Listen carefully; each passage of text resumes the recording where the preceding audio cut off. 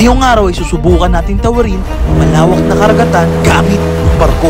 Susundan natin ang BG papunta sa Dumaguete. At ito ang first time ko na mag-overnight sa gitna ng dagat.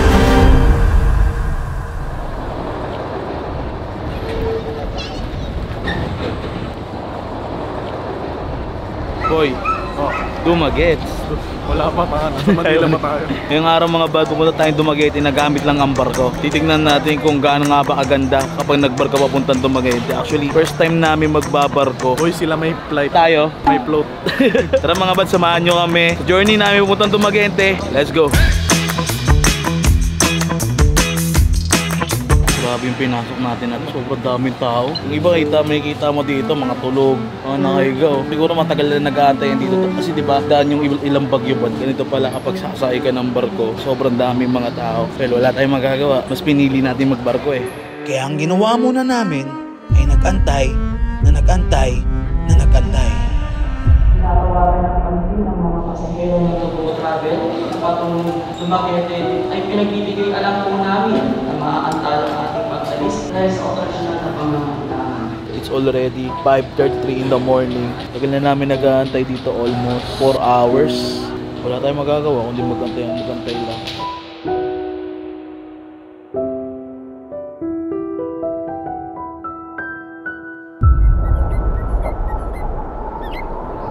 Time, makasakay na tayo ng barko. Umaga na. Ay mga bad, tara, sumakay na tayo sa barko at pumunta na tayo ng Dumaguete. Ready to sail into the wind, heading west to find my reason. Grabe, pagpasok pa lang namin, kantahan agad yung bumungad sa aming dalawa ni Erwin. Dumiretso na rin agad kami sa cabin para mailagay yung mga gamit. Pahinga na para mamaya makikita natin yung sunset kapag nasa gitna na tayo ng dagat. Pero bago kami magpahinga, kumain muna kami, nag-ikot-ikot at nagulat ako, meron din palang basketball dito. Kaya hindi ko pinalagpas to na makatira ako ng bola sa taas ng barko. Tigil mo na yan. At biglang may lumapit agad sa aming mga tropa at ang sabi nila, dahil road to 1 million na tayo, kaya mga bad, mag-subscribe na kayo. Okay mga bad, nakabalik na tayo dito sa cabin and sobrang inaantok na kasi wala pa tayong tulog. So magpapahinga muna tayo, tapos mamaya maabangan natin dito yung pinakamagandang view, which is itong sunset. And for sure nasa gitna na tayo ng dagat nun, kaya pahinga muna tayo. It's already 5:30 ng hapon and kagising lang natin, kaya pumunta agad tayo sa taas para makita natin yung sunset na inaantay natin dito.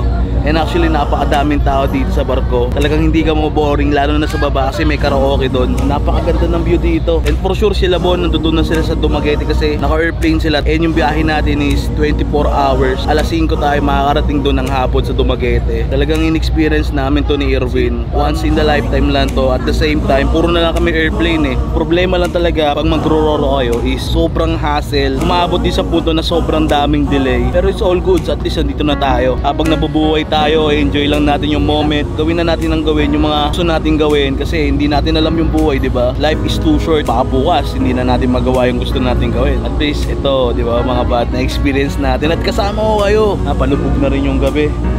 Mga bad, ang ganda ng araw. Oh. Sobrang ganda ng araw, mga bad. Kaya mga bad, tara, enjoy muna natin yung moment dito.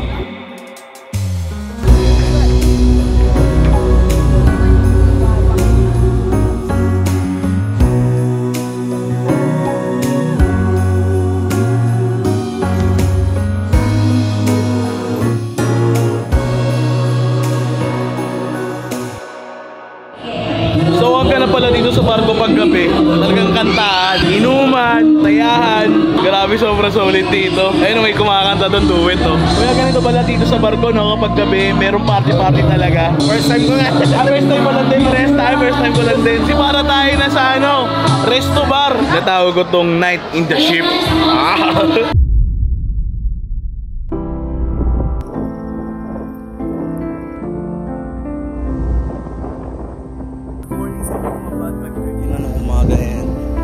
Sobrang ganda ng umaga dito.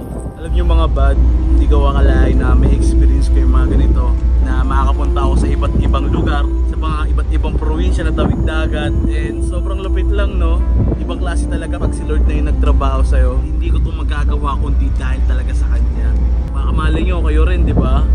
Someday na makapag-travel kayo sa iba't ibang lugar, di yan imposible. Basta maniwala ka lang sa kanya at ipag-pray mo lang palagi, dahil for sure nakasubaybay siya sa'yo at nakatingin siya sa'yo. Meron siyang plano na talagang magugustuhan mo. Kumbaga, si Lord lagi may surprise yan eh. Hindi niya kayo ng problema, pero sinasabi ko sa'yo, hindi kaya nahayaan ni Lord. Minsan napapatak tayo sa sarili natin, bakit nangyayari ito? Bakit puro na lagi problema? Pero hindi ba natin minsan naisip na ginagawa niya pala yun para mas maging malakas tayo, mas maging matibay tayo. Kaya dapat tayo sa matinding laban. Kaya nga ako, pag may tuwing may problema ako, sabi ko lang, Lord, sobrang blessing na naman yung binigay mo sa akin. Kasi alam ko blessing yun eh. Kasi after ng problema na yun, meron siyang ibibigay agad na regalo. Kaya sobrang nagpapasalamat ako kay Lord.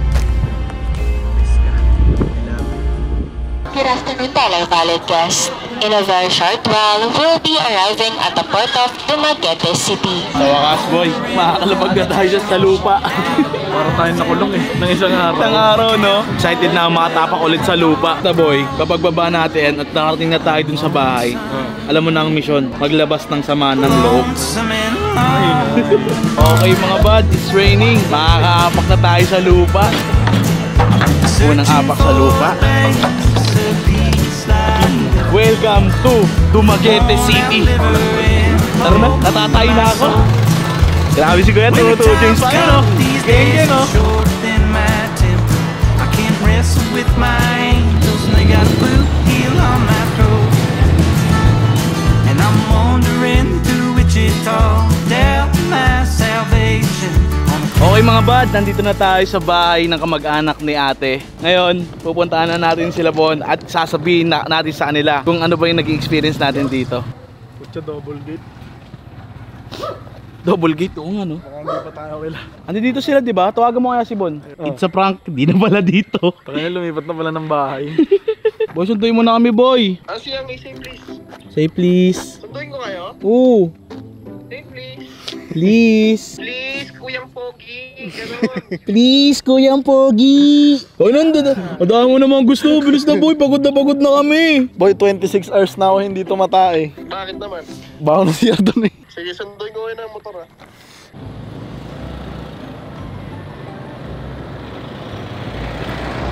Hindi. Kala ko si Bon. Kapag si Bon yan pre, kunwari babanggayin tayo niyan eh. Di rin. Tanda mo pag si Bon yan pre, dito yan titigil.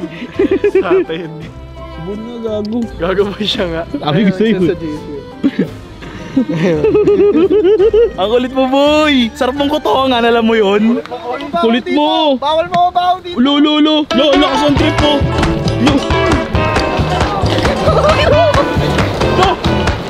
Boy, sarap mo kotongan, boy. Sinundo na nga, kukuntawan mo ba? Boy, Sino? ang lapit ng experience namin doon, boy. Sa barko kasi na yon, merong party-party, merong salon, merong kainan, merong parang resto bar. What a wonderful experience. Kasi boy, na-realize ko lang, minsan kailangan natin may experience yung di pa natin na-experience. Ay, syempre. Kasi boy, mabilis lang yung oras. Bawat segundo, minuto, taon, dekada, sobrang bilis lang yan. Pero yung experience na yun, boy, hindi mawawala yun. Sa utak at lalo na sa puso. Uy, grabe yun. Talagang matindi, no? Oo, matindi. So, pauwi, barko ka ulit, no? Oo, Okay. no choice eh. No choice, barko talaga. Bago talaga.